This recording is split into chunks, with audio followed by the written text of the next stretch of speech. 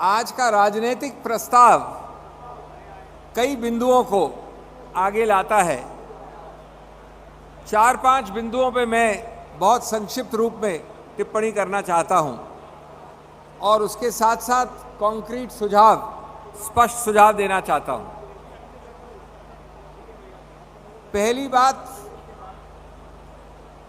जो हमारे प्रस्ताव के ऊपर है, नीचे है, साइड में है, सब जगह है, अगर वो स्पष्ट नहीं भी लिखी गई है, और वो है कि कांग्रेस क्या है, भारत जोड़ो यात्रा क्या है, हमारा संविधान क्या है, भारत की सोच, आइडिया ऑफ इंडिया क्या है, और उसके जो स्तंभ हैं वो हैं सबको साथ लेके चलना, विघटन को रोकना, हमारी विरासत को, साझा विरासत को समझना, करुणा और सब तबकों को आश्वस्त करना, क्रोनी कैपिटलिज्म के विरुद्ध खड़ा होना, यही सब स्तंभ हैं जो राहुल जी ने भारत जोड़ो में दर्शाए थे। यही भारत की सोच, आइडिया ऑफ इंडिया के स्तंभ हैं। और हमारा राजनीतिक प्रस्ताव इसलिए सर्वोपरि है कि वो इन मूल्यों को, इस विरासत को, इस इतिहास को याद दिलाते हुए आगे जाता है।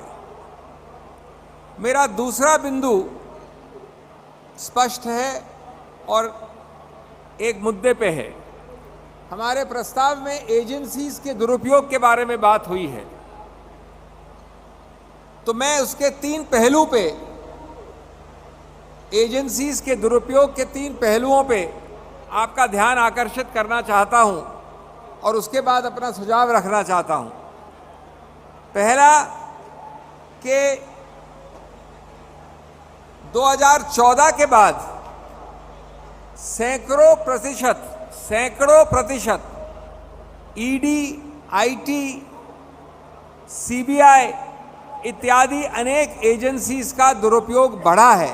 जो वृद्धि हुई है, रेट ऑफ ग्रोथ हुआ है, वो सैकड़ों प्रतिशत हुआ है 2014 के बाद, 2014 के पहले की तुलनात्मक रूप से। दूसरा, 95% उस वृद्धि में विपक्ष, प्रतिपक्ष के विभिन्न पार्टियों के लोग हैं।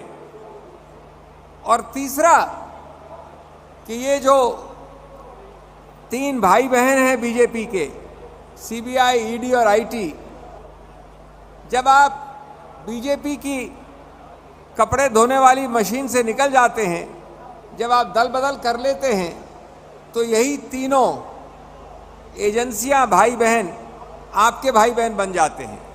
ये 3 आंकड़े हमने प्रस्तावित किए हैं कांग्रेस की तरफ से, संसद में बोले हैं, हमारे प्रेस डिपार्टमेंट ने बोले हैं। लेकिन इसका विकल्प क्या है?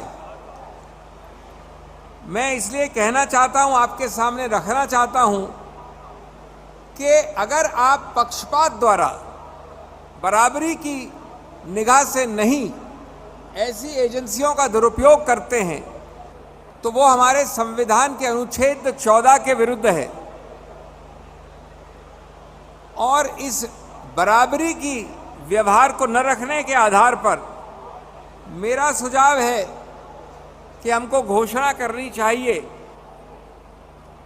बाद के राजनीतिक गठबंधन बाद में बनेंगे, लेकिन कम से कम ये संवैधानिक और कानूनी गठबंधन अभी बन जाना चाहिए कि सामूहिक रूप से इस देश की जो भी प्रमुख 15 पार्टियां हैं, वो एक साथ मिलकर उच्चतम न्यायालय में याचिका करेंगी कि अगर आप बराबरी का उपयोग या जो बराबरी का व्यवहार नहीं करते हैं इस एजेंसीज के विषय में, तो वो हमारे संवैधानिक मूल ढांचे का उल्लंघन है, बेसिक स्ट्रक्चर का उल्लंघन है। लेकिन ये कांग्रेस नहीं, सभी पार्टी को कांग्रेस के नेतृत्व में एक साथ मिलकर याचिका करनी चाहिए। ये हुआ नंबर 2। नंबर 3, हमको सामूहिक रूप से ये घोषणा करनी चाहिए जिससे पूरे देश के सभी जो सरकारी अफसर हैं, जो इस दुरुपयोग में भागीदारी करते हैं, जो इसमें पार्टनरशिप रखते हैं, जो फायदा उठाते हैं इस दुरुपयोग का, उनको मालूम हो कि सरकार परिवर्तन के बाद एक आयोग बनेगा।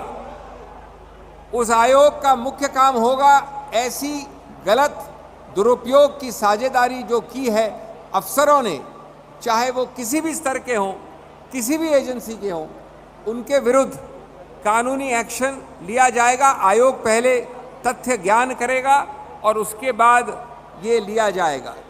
ये हमारी औपचारिक घोषणा, और ये भी जहाँ तक हो सके सामूहिक रूप से होनी चाहिए। तीसरा या चौथा जो न्यायपालिका के विरुद्ध आजकल लोग, जिनको बहुत कम ज्ञान है न्यायपालिका का, दिन प्रतिदिन अजीबोगरीब वक्तव्य रखते हैं। वक्तव्य के हमारे मूल ढांचे वाला जो सिद्धांत है उसको बदल दो, हस्तक्षेप करने दो न्यायपालिका के नियुक्तियों पे। हमको इसको भी सामूहिक रूप से एक कानूनी सांविधानिक गठबंधन के आधार पर विरोध करना चाहिए, संसद के अंदर, संसद के बाहर, क्योंकि इसका एक ही उद्देश्य है, किस प्रकार से डरा के, धमका के, दबाव डाल के न्यायपालिका पे येन केन प्रकारेण नियंत्रण मिले। और छठा बिंदु कि हम ऐसा कानून लाएंगे, संशोधन लाएंगे, परिवर्तन लाएंगे, जिससे जो आज जिसके बारे में हमको बात करनी चाहिए, एक जो पाठशाला खुली है जिसमें एक पूरा सेमेस्टर पढ़ाया जाता है, सरकार गिराने का सेमेस्टर का कोर्स, बीजेपी द्वारा, बीजेपी की पाठशाला, बीजेपी के विद्यार्थी। सरकार गिराने के 3-4 बिंदु हैं। पहला, इलेक्टोरल बॉन्ड्स का दुरुपयोग करके एमएलएस को खींचना, रुझाना, बदलना। दूसरा स्टेप, उनको ये करने के बाद, क्योंकि डिस्क्वालिफिकेशन, दलबदली वाला जो परिणाम है उससे बचना है, इसलिए एक स्पीकर को नोटिस दे देना जिससे कि वो अविश्वास मत का, जिससे कि वो कोई एक्शन न ले पाए। फिर दिल्ली छोड़ के बाहर भागना और अपनी इलेक्टोरल बॉन्ड्स वाली संपत्ति के आधार पर एक गवर्नर, राज्यपाल, जिसका पद आपने विकृत कर दिया है, वो तुरंत उन्हीं डिस्क्वालिफाइड लोगों को शपथ दे देते हैं। इसको हमें एक्सपोज ही नहीं करना है, इसके विरुद्ध हमें संविधान संशोधन लाना है। और अंत में आखिरी बिंदु, 7वां बिंदु, एक इस कानूनी सांविधानिक गठबंधन के अलावा ये आवश्यक है कि हमारा राजनीतिक गठबंधन कांग्रेस के नेतृत्व में सभी धर्मनिरपेक्ष पार्टियों के साथ होना चाहिए, जल्द से जल्द होना चाहिए। अब 10 महीने बचे हैं, 11 महीने बचे हैं, और उसमें हमें ध्यान रखना चाहिए कि जब बीजेपी सबसे उत्तीर्ण परिणाम देती है राष्ट्रीय चुनावों में, तब भी उसका वोट शेयर 39-40 में एक कम प्रतिशत होता है।